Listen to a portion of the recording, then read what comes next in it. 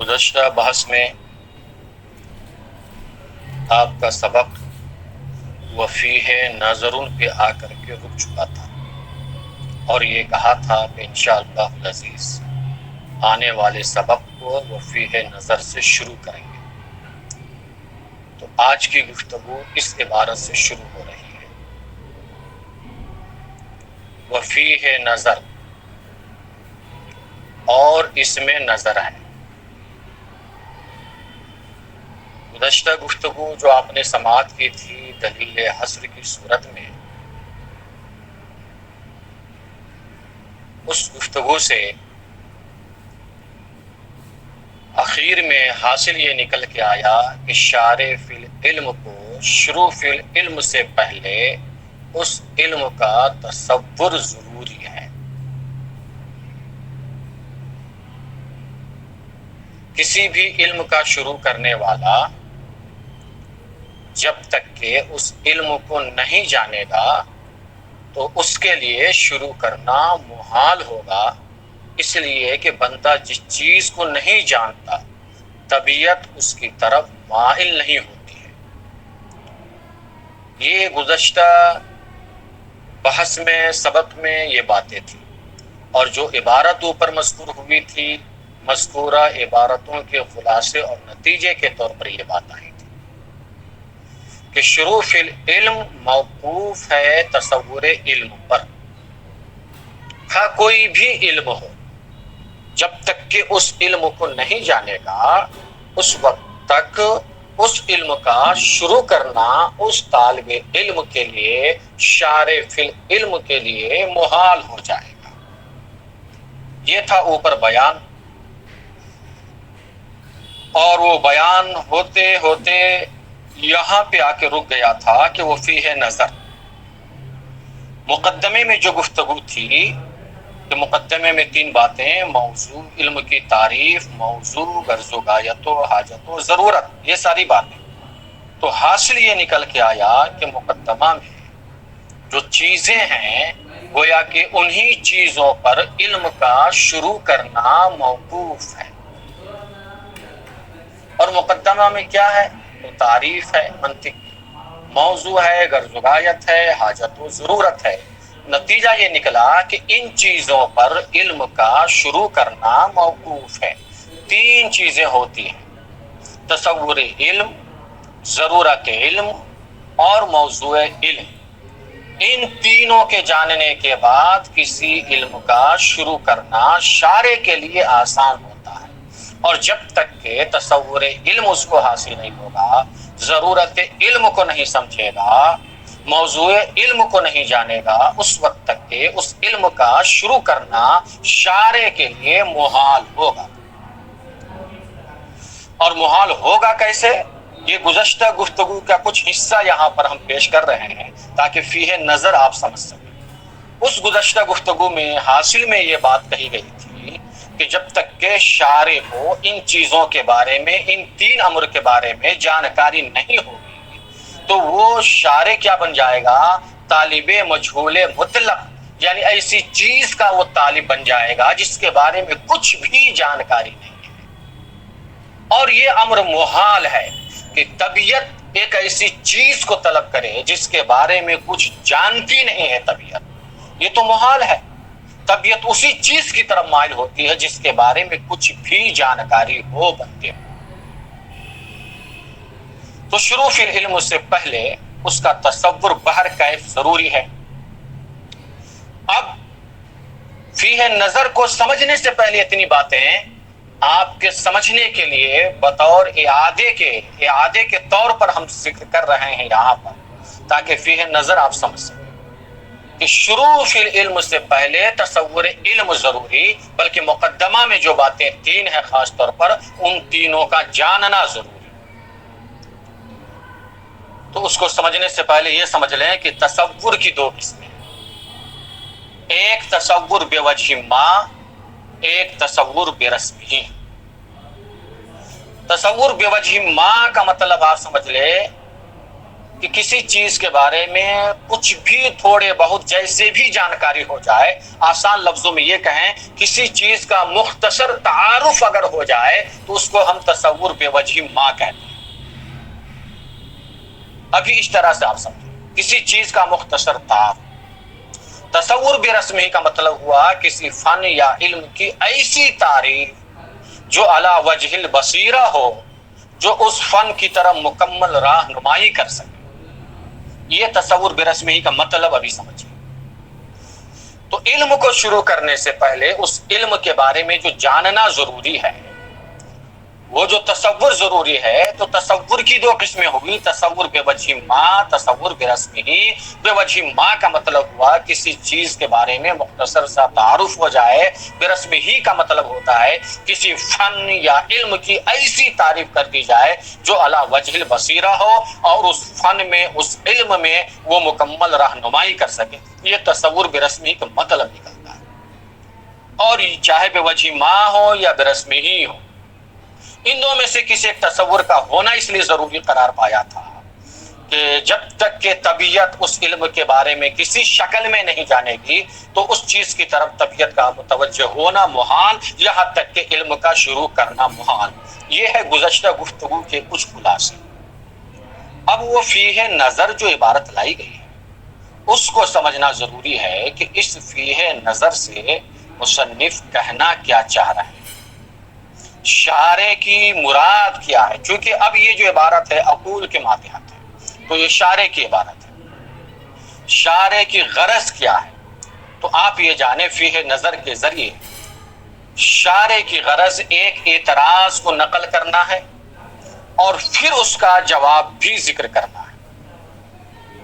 اعتراض کیا ہے؟ پہلے آپ اعتراض فیہ نظر سے ہی آپ سمجھیں، عبارت فیہ نظر، اس میں نظر ہے۔ یہ منطقی حضرات کے اسلوب ہے گفتگو کرنے کے، جہاں جس عبارت میں گزشتہ گفتگو میں اگر کوئی پہلو اعتراض کی صورت میں نکالنا چاہتے ہیں تو وہاں وہ عبارت لاتے ہیں فیہ نظر،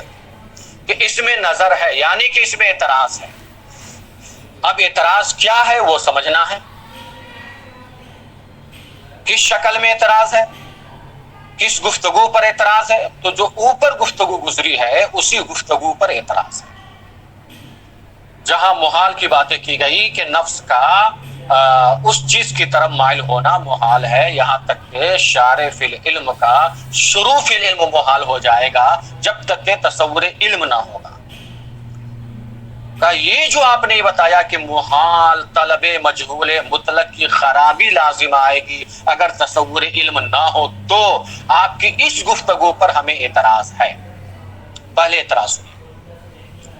معترض یہ کہتا ہے کہ آپ نے یہ کہا کہ شروع فی العلم تصور علم پر موقوف ہے، یعنی علم کا شروع کرنا اس کے تصور پر موقوف ہے جب تک کہ اس علم کے بارے میں تصور نہ آ جائے۔ اب معترض یہ کرا کہ ہم آپ سے پوچھتے ہیں یہ جو تصور علم آپ نے ضروری قرار دیا، ہمارا سوال آپ سے یہ ہے کہ تصور سے آپ کی مراد کیا ہے؟ کیا علم کو شروع کرنے کے لیے تصور بے وجہ ما کی ضرورت پڑتی ہے یا تصور بے رسمی ہی کی ضرورت پڑتی ہے؟ یہ میرا سوال ہے آپ سے، یہ معترض کہہ رہا ہے۔ اس معترض کی اس اعتراض کو، اس کے بعد پھر جواب کو شارع نے یعنی علامہ قطب الدین رازی رحمت اللہ تعالی علیہ نے فیہ نظر کے عنوان سے پیش کرنے کی کوشش کی۔ تو کیا مراد ہے؟ تصور بے وجہ ما مراد ہے یا تصور بے رسمی ہی مراد ہے؟ اور ہم نے پہلے ہی آپ کو سمجھایا بے وجہ ما کا مطلب ہوا کسی چیز کے بارے میں مختصر سا تعارف، بے رسمی ہی کا مطلب ہم نے بتا دیا آپ کا حاصل میں کسی فن یا علم کی ایسی تعریف کی جائے جو علی وجہ البصیرہ اس فن کی طرف مکمل رہنمائی کر سکے، یہ مطلب ہے۔ معترض کہہ رہا ہے کہ علم کو شروع کرنے کے لیے جس تصور کی ضرورت ہے وہاں کون سے تصور کی ضرورت ہے؟ بے وجہ ما چاہیے یا بے رسمی ہی چاہیے کون سا تصور؟ وہ ہمیں بتائیے پہلے۔ اگر معترض کی طرف سے اگر آپ کہیں کہ ہماری مراد تصور سے تصور بے وجہ ما ہے تب تو ٹھیک ہے، اور عبارت پوری عبارت کا مطلب یہ ہو جائے گا کہ گویا کے شارع یہ کہہ رہے ہیں کہ شارع فی العلم کو شروع فی العلم سے پہلے، یعنی علم کو شروع کرنے سے پہلے اس علم کا تصور بے وجہ ما حاصل نہ ہو تو مجہول مطلق کی خرابی لازم آئے گی۔ عبارتوں کے نتیجے خلاصے یہ نکل کے آئے، اور یہ بات، یہ ملازمہ ہمیں تسلیم ہے کہ شارع فی العلم کو اگر تصور بے وجہ ما بھی علم نہیں ہوتا ہے تو ایسے علم کا شروع کرنا محال ہو جاتا ہے۔ اگر یہ مراد ہے، آپ معترض کی طرف سے بات چل رہی ہے، اگر یہ مراد ہے کہ شارع فی العلم کے لیے تصور بے وجہ ما چاہیے تو یہ بات صحیح ہے کہ اگر تصور بے وجہ ما بھی حاصل نہیں ہوگا شارع کو تو طلب مجہول مطلق کی خرابی لازم آئے گی۔ یہ ملازمہ اس صورت میں، اس توضیح میں، اس تشریح میں بالکل صحیح اور مسلم۔ حاصل یہ بنے گا کہ گویا کہ ہم یہ تسلیم کرتے ہیں کہ شارع فی العلم کو شروع فی العلم سے، علم کو شروع کرنے سے پہلے اس علم کا تصور بے وجہ ما حاصل اگر نہ ہوتا ہے تو شارع فی العلم کا مجہول مطلق کا طالب ہونا لازم آئے گا، یعنی کہ مجہول مطلق کی خرابی لازم آئے گی۔ اور بار بار ہم بتا چکے مجہول مطلق کا مطلب ایک ایسی چیز کا طلب کرنا جس کے بارے میں کچھ بھی جانکاری نہ ہو، اور یہ محال ہے۔ لیکن اگر آپ کی مراد اس وقت تصور بے وجہ ما نہیں بلکہ تصور برسم ہی ہے تو ہمیں یہ تسلیم نہیں ہے کہ اگر علم کو شروع کرنے سے پہلے بندے کو تصور برسم ہی حاصل نہیں ہے تو طلب مجہول مطلق کی خرابی لازم آئے گی۔ یہ بات ہمیں تسلیم نہیں۔ یہ معترض کہہ رہا ہے شارع سے،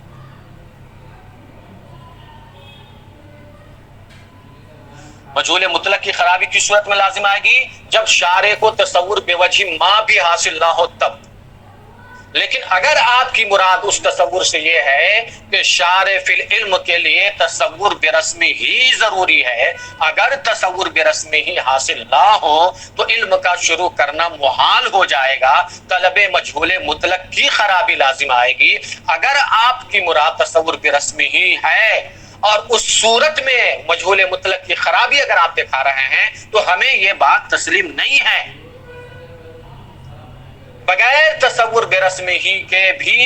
علم کو شروع کیا جا سکتا ہے اگر بندے کو بے وجہ ما حاصل ہو جائے۔ تصور برسم ہی بالکل ضروری نہیں ہے علم کو شروع کرنے سے پہلے۔ تصور علم چاہیے لیکن تصور برسم ہی ضروری نہیں ہے۔ باہر کا دو باتیں ہوئی، مراد کیا ہے تصور بے وجہ ما تو تسلیم، اگر مراد تصور برسم ہی تو ہمیں یہ تسلیم نہیں۔ لیکن یہاں جو یہ دلیل دی ہے شارع نے، اس دلیل اور دعوے میں مطابقت یوں نہیں ہوگی کہ مقصد مصنف کا شارع کے یہ تھا کہ اپنے مقدمے میں جو علم کی تعریف کی ہے اور یہ بتایا کہ یہاں مقدمہ سے مراد مقدمۃ العلم ہے، اور مقدمۃ العلم کا مطلب یہ تھا علم کا شروع کرنا اس مقدمے پر موقوف ہو، اور اس مقدمے میں جو ہے علم کی تعریف کی گئی ہے اور وہ تعریف برسم ہی ہے، تو نتیجہ یہ نکلا کہ علم کو شروع کرنے کے لیے تصور برسم ہی چاہیے، یہ نکل کے آیا۔ یہ بنا دعویٰ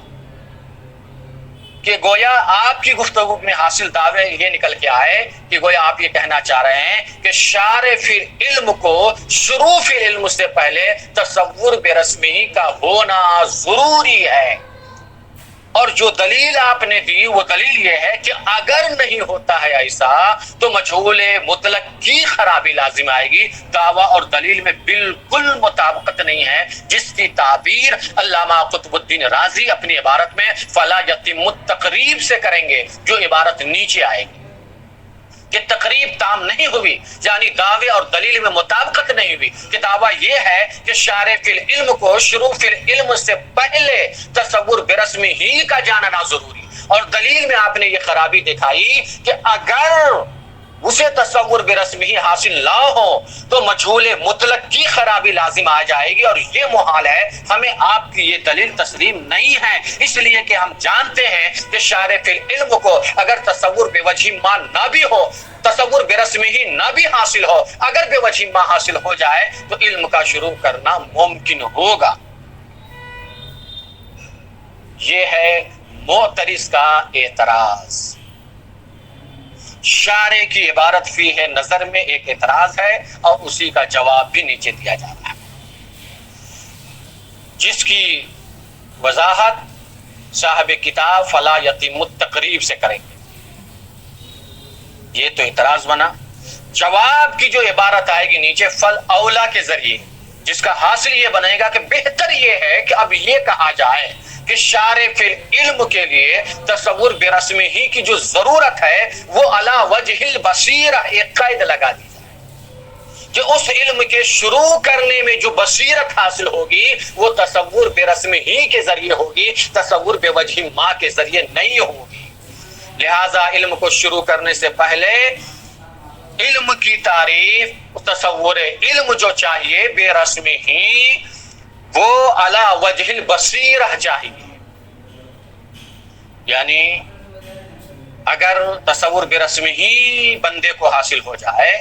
تو اس علم کے شروع کرنے میں اس بندے کو بصیرت حاصل ہوگی، آسانی پیدا ہو جائے گی۔ اس کو آپ خارجی مثال میں ایسے ہی سمجھیے جیسے کہ ایک شخص مثال کے طور پر دلی نہیں آیا ہے، لیکن دلی آنے کے جو راستے ہیں، جو علامتیں ہیں، جو طریقے ہیں، ان تمام علامتوں سے ایک طرح سے واقف ہو گیا تو یہ ہے تصور برسمی ہی۔ اب اس کے لیے اس منزل تک پہنچنا آسان ہو جائے گا، علامتوں کو دیکھ دیکھ کر منزل تک پہنچ سکتا ہے۔ لہذا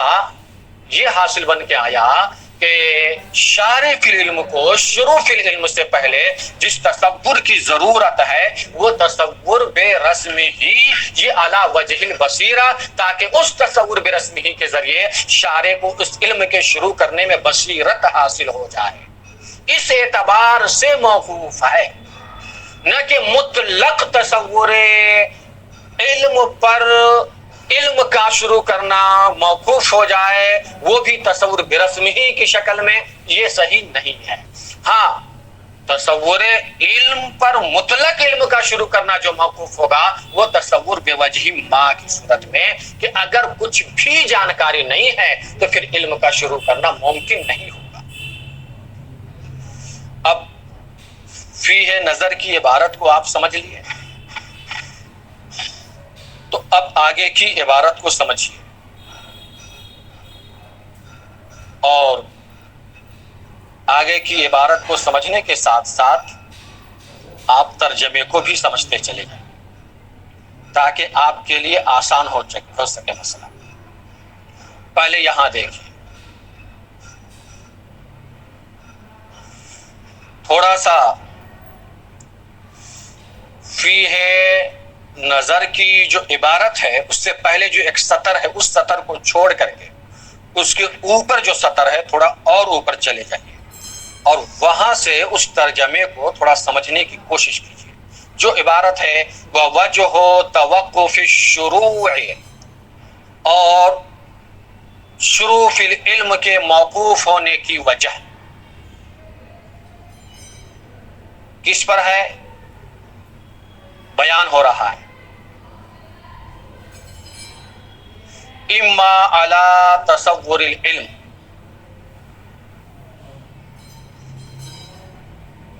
یا تو تصور علم پر ہے، اگر جو نیچے بیان آ رہا ہے اس بیان کو ذہن میں ملحوظ رکھے، یا تو اس پر ہے یا تصور مراد بوجہ ما ہے یا برسمی تو اما، اور اگر ابھی یہ شکل نہ رکھے تو اما پڑھیں گے تفصیل کرتے ہوئے۔ اما علی تصور العلم، شروع فی العلم کے موقوف ہونے کی وجہ تصور علم پر یہ ہے کہ کسی علم کو شروع کرنے والا، کسی علم کو شروع کرنے والا اگر اس علم کا تصور نہ کرے، فَلِأَنَّ الشَّارِعَ فِي الْعِلْمِ، اس لیے کہ اگر شارع فی العلم کسی علم کا شروع کرنے والا لو لم يتصور اولا ذلك العلم، اگر اس علم کا اولا تصور نہیں کرے گا، لکان طالبا للمجہول المطلق، تو وہ مجہول مطلق کا طالب ہوگا، وہو محال، اور طلب مجہول مطلق محال ہے۔ اب یہ محال کیوں بنا طلب مجہول مطلق؟ اس کی وجہ لامتناع کی جو عبارت آ رہی وہاں سے ہے، کر لامتناع توجہ النفس سے۔ کیوں محال؟ کیونکہ نفس کا مجہول مطلق کی طرف متوجہ ہونا محال ہے۔ اب آپ کی وہ عبارت آ گئی، وفیہ نظر،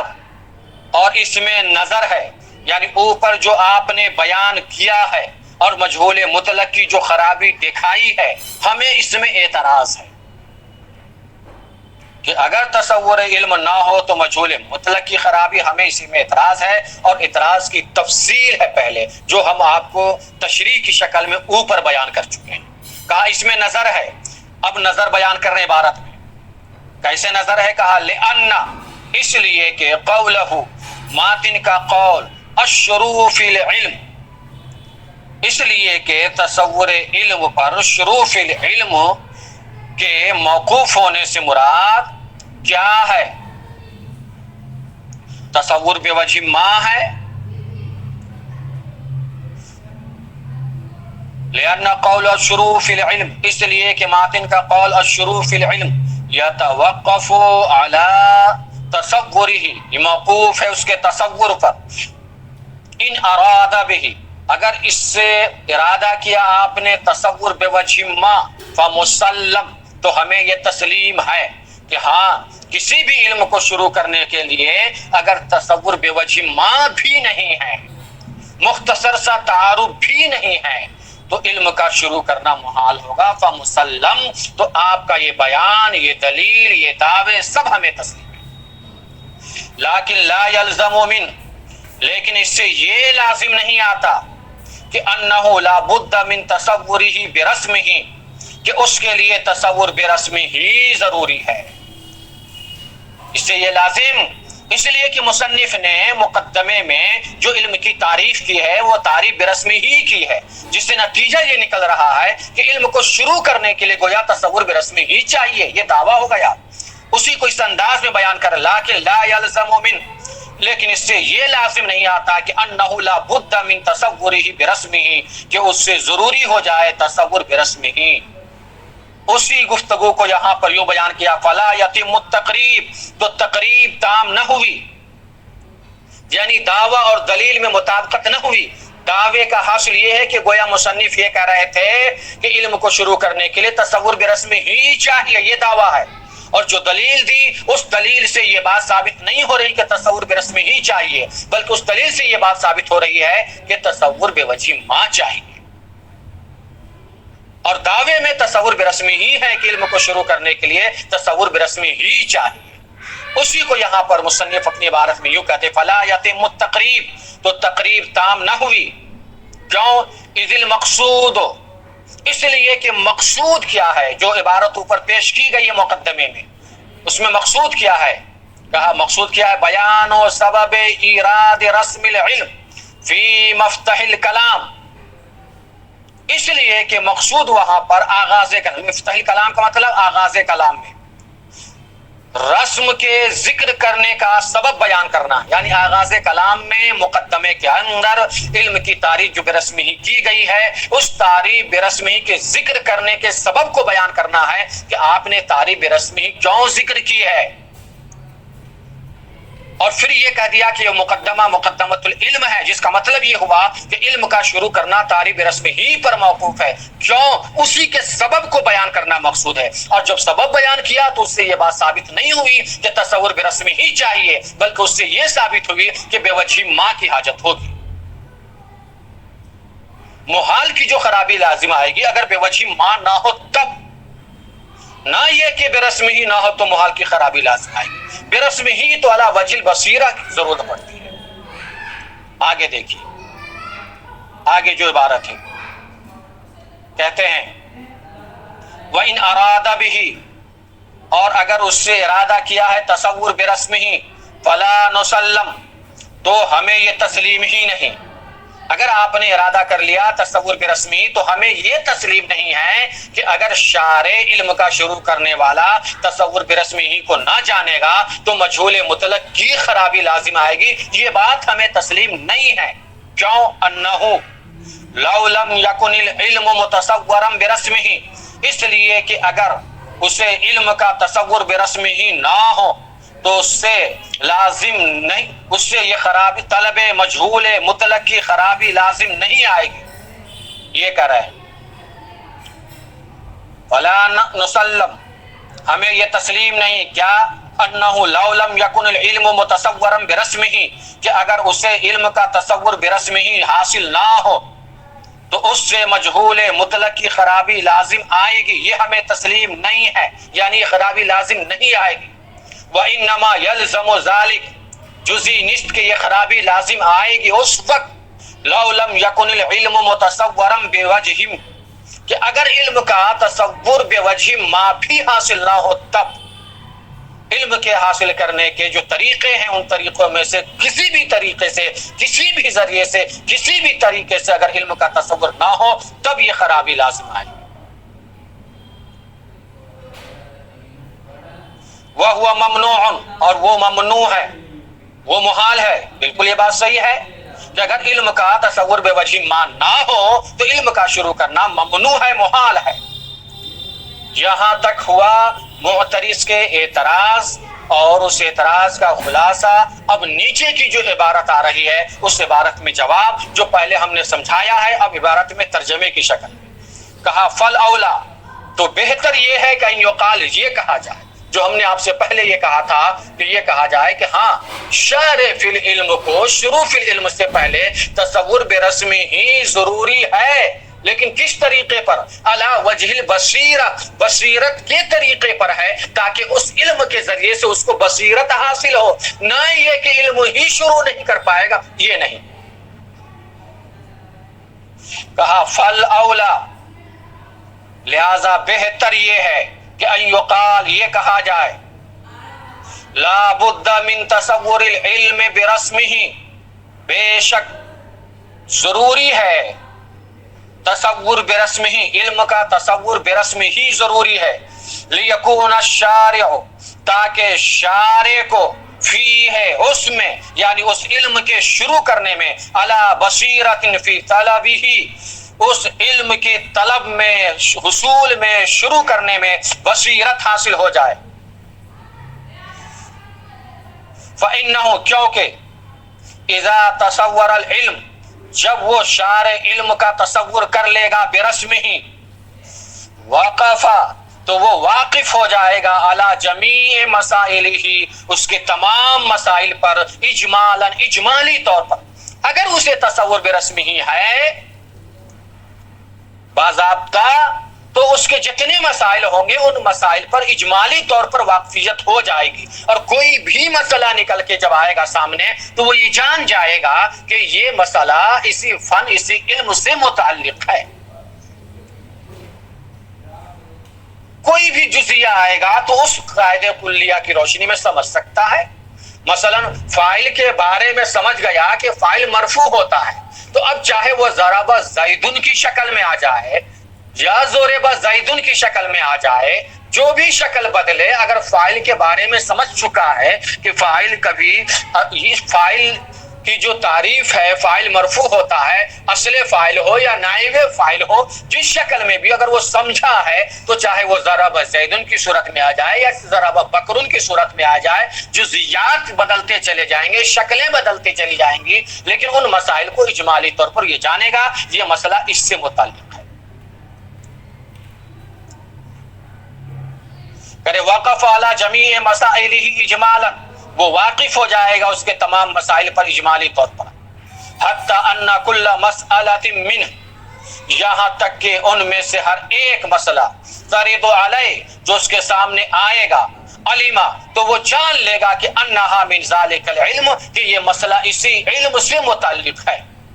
یہ ایسی ہی یہاں تشبیہاً خارجی مثال کے ذریعے سمجھانے کی کوشش کر رہے ہیں، کما یہ ایسے ہی کما ان من اراد سلوک طریق، جیسا کہ وہ شخص جس نے کسی راستے پہ چلنے کا ارادہ کیا، لم یشاہد ہو، اور اس کا مشاہدہ نہیں کیا تھا،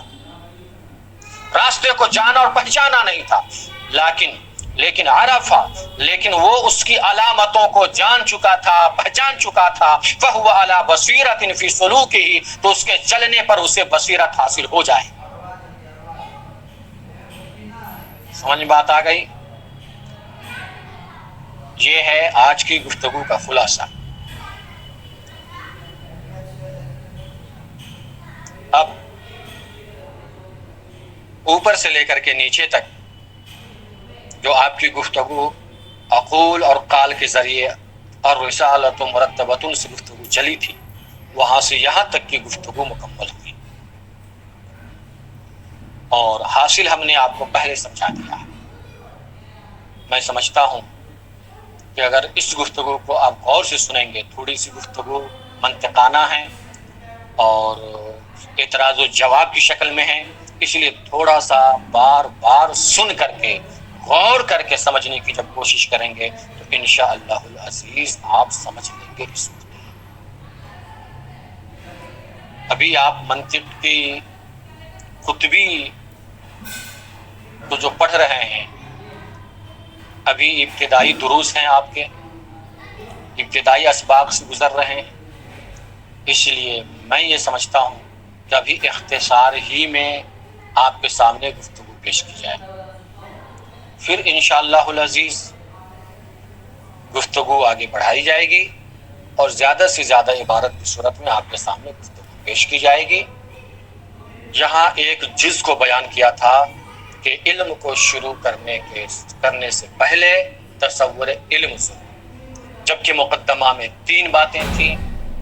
مقدمہ میں علم کی تعریف، موضوع، غرض و غایت و حاجت، ٹھیک ہے؟ تو اس طریقے سے نتیجے میں یہ بات نکل کے آئی کہ علم کو شروع کرنے کے لیے ہمیں کیا کیا چاہیے؟ تعریف بھی چاہیے، موضوع کا بھی جاننا ضروری ہے، غرض و غایت کا بھی جاننا ضروری ہے، حاجت کو بھی جاننا ضروری ہے، شروع کرنے سے پہلے۔ اب وہ گفتگو،